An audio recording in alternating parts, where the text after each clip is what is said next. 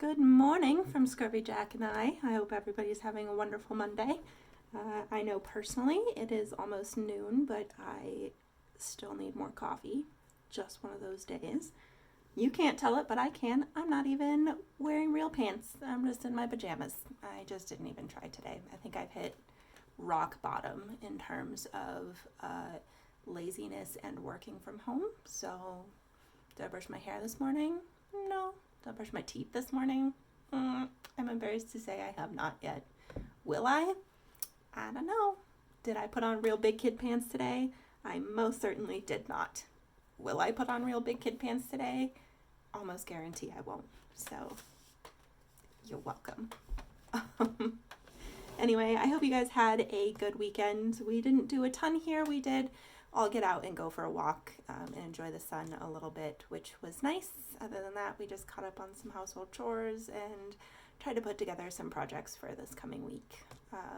Other than that, really not much to report. Today's fact of the day, may I help you? Today's fact of the day was actually a request from somebody. So thank you to you. You know who you are. I appreciate that folks out there are watching and are taking an interest. I think that's actually really cool. I was just trying to make things happy and friendly and maybe not quite so quarantine-y, but people actually seem to be really enjoying this. So thank you. Today's fact of the day is about the history of color, which I ended up actually really enjoying. It's kind of a fun way to merge art and history, which is totally my jam. So I think in the grand scheme of things, how we make colors as a community, as a society, as a civilization, isn't something that we think about very much, particularly now in the digital age. Colors are kind of just these shining diodes of light that beam through our displays and into our brains. But for the vast majority of human history, making colors was a pretty serious business, and sometimes it was a gross business, and sometimes it was a deadly business. So after doing some research into this, it turns out that for about the last 2,000 years, a number of our colors, a number of our pigments have come from different poisons, different toxins, and various other just kind of creepy, crawly things. So I figured we could just kind of walk through the history of some of the more exciting colors. Jack is done. He doesn't want to hear about colors, bless you. Please do know that I got a C in organic chemistry, and that's just because the teacher was really, really nice. So I'm not going to go into much detail about the actual chemical composition of a lot of these, but I'll do my very best to give the subject justice. So I guess we can start early, which is prehistory. A lot of the earliest pigments that were used actually had iron in them, iron oxide actually, which looks kind of rusty because, well, it's rust. Umber was the darker brown that you see in a lot of cave paintings, and then there was red ochre. Red ochre looked even more rusty because, well, it had even more rust in it. It just had a much heavier content of iron oxide. Technically, it actually had hematite in it as well. Red ochre is kind of the reddish pigment that you see on a lot of cave paintings. And then they had yellow ochre, which is fairly similar to red ochre, except that it was composed mostly of limonite rather than hematite. And then we used chalk for white, which is cool. Clearly we haven't diverged much from tradition in that particular area. So good job, us. I mean, when you find something and it works, you just use it, right? Cavemen would often use things like sticks and feathers, even little kind of proto brushes, blowguns, sometimes even their mouths to paint, which is a total tangent, but I thought it was kind of cool. It's kind of like if Rafiki was an abstract expressionist. But easy peasy, nobody died. Good job, prehistory. Nailed it on the color stage. Around the time of ancient Egyptians, God, he really has the zoomies, I am sorry. Around the time of the ancient Egyptians, we started using things like oxidized copper to give us colors like azurite and malachite. We also started seeing colors like Egyptian blue, which is actually a very interesting one historically speaking.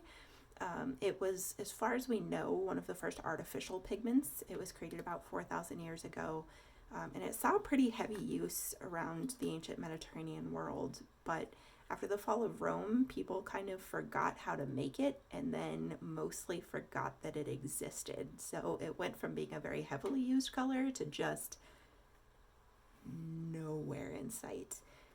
It wasn't until the early 19th century when archaeologists actually discovered a small pot of like a pale blue color in the ruins of Pompeii. They didn't really know what it was either, and it sort of just sat in storage for about 50 years, which you would be surprised at how much is in archaeological storage and just stays there. But that's a story for a different day. So it just kind of sat around for about 50 years until somebody figured out what it was and started doing research on it. So now we know what it was. Now we know how to make it. And I mean, you could just go down to the store and buy a tube of ancient Egyptian secrets for like $20 now, which is quite a deal. So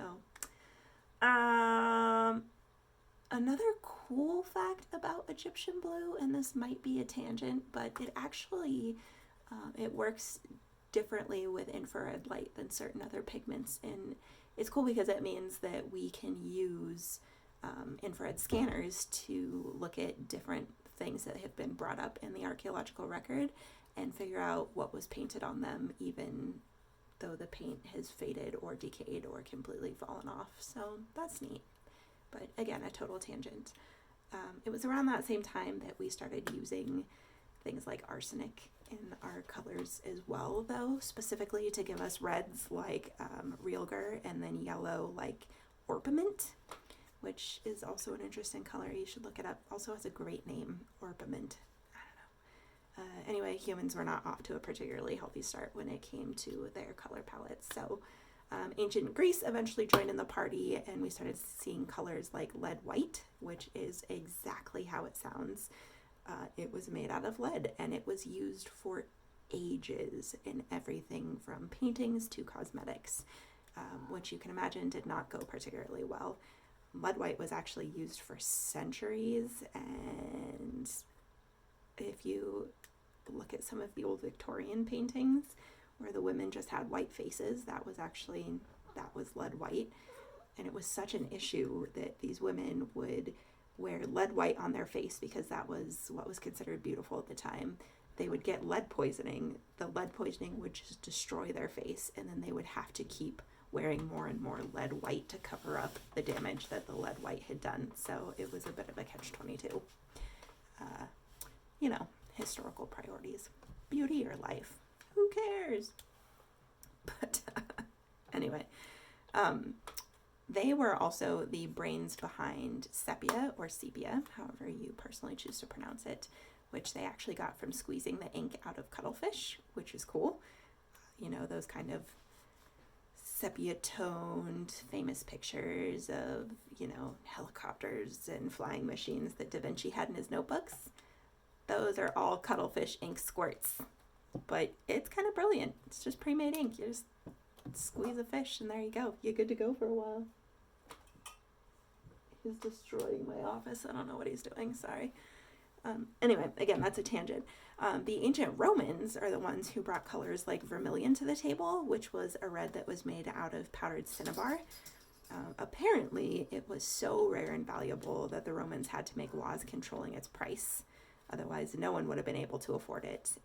It was also occasionally used in cosmetics, and a couple hundred years after Rome fell, the Chinese actually found out how to synthesize that same color. And so a lot of the bright reds that you see in antique Chinese vases are vermilion. Unfortunately, for being such a popular color, it was chock full of mercury, and a lot of folks who used it came in contact with it got mercury poisoning. Nailing it. The color of Roman Empire's Tyrian purple was made out of crushed snail shells, which is kind of cool. By the Middle Ages, we started seeing colors like ultramarine. Ultramarine was made out of crushed lapis lazuli, which was a very rare gemstone. It was very rare outside of big mines in, I think, Afghanistan at the time. As a fun fact, you can sometimes tell how rich a patron was based off of how much blue was in the paintings they commissioned. So think about that next time you're at the Louvre. By the Renaissance, we started seeing the use of a lot of colors like Naples yellow, which was another pigment that frequently gave its users lead poisoning, and carmine, which was a red color made by boiling beetles. So there are a few kinds of bugs that make that pigment, carmine, naturally in their shells. They like to hang out on trees, so folks would just go out into the woods with a bucket, fill it up with beetles, bring them home, boil them, and then sell the dye. And as a fun fact, carmine is still used today to add red color to certain foods, drinks, and cosmetics. So you probably own something with boiled beetle shell in it, which is cool. Come early modern times, we saw the introduction of another interesting color, Indian yellow.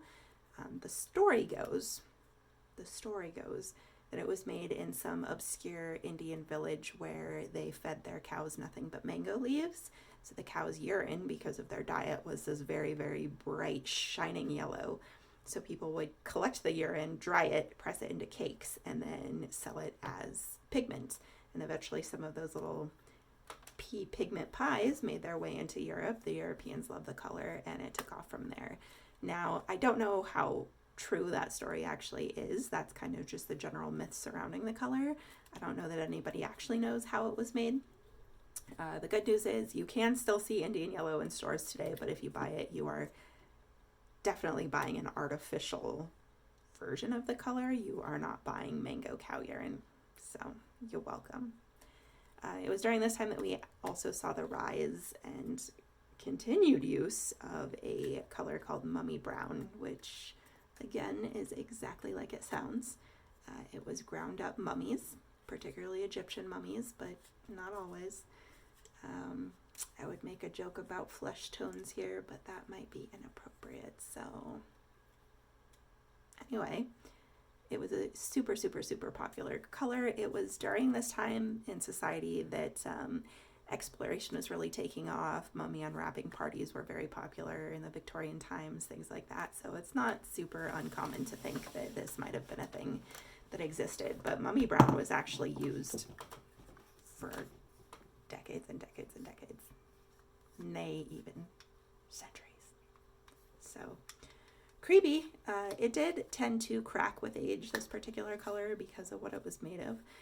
So people stopped making it, partly because manufacturers started running out of mummies, and partly because artists started to realize that their paint was people. Creepy. And then the Industrial Revolution came, and with that, we got the color that actually inspired this entire video, which is Shields green.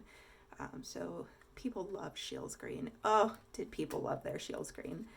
They used it in wallpaper, they used it in clothing, they used it in newspapers. Hello. They used it in toys and candles and sometimes even in foods. The problem was that this particular color was full of arsenic, and it had a habit of releasing toxic particles or gases or vapors into the air around it. So let's just say we had some pretty lax safety regulations in 19th century America. So we have stories of people dying from green candles, or from green jello, or from green dresses, or from green wallpaper. There's even one plausible but unproven theory that Napoleon Bonaparte may have died because of arsenic poisoning, because he had Shields green wallpaper in his sleeping room. So I have also read in other places that after he died, his body contained high amounts of arsenic, but not uncommonly high amounts for a dude who lived in the time that he lived, because again, terrible safety standards. So who knows, but interesting and fun rumor that is out there. Now, it didn't take long for people to try to improve on Shields green. They did this by inventing a new green color with a slightly different chemical makeup called Paris green or emerald green. They didn't try to improve upon it because it was killing people, though. They did it because Shields green would fade over time, and they wanted a color that wouldn't do that. So emerald green, Paris green still killed lots of people. It was eventually retired, and instead was used as rat poison. So clearly safe. Yeah, and that's that. Things got slightly less medieval. in terms of color creation, pigment creation, once science really showed up on the scene, thankfully. But it definitely puts things into perspective. If not for the Industrial Revolution, Crayola might be in the business of boiling beetles, and our magazines might all be printed in cow urine and arsenic. So I guess be grateful for what we have today. Yeah, that's it.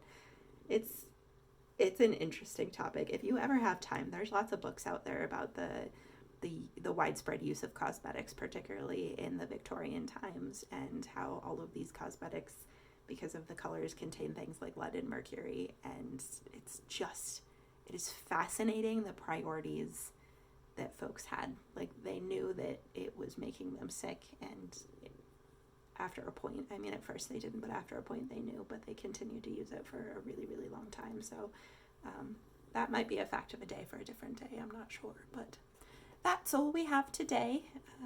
Now that this guy has finally gotten his zoomies out and is laying here comfortably, I'm ready to go. But see y'all tomorrow.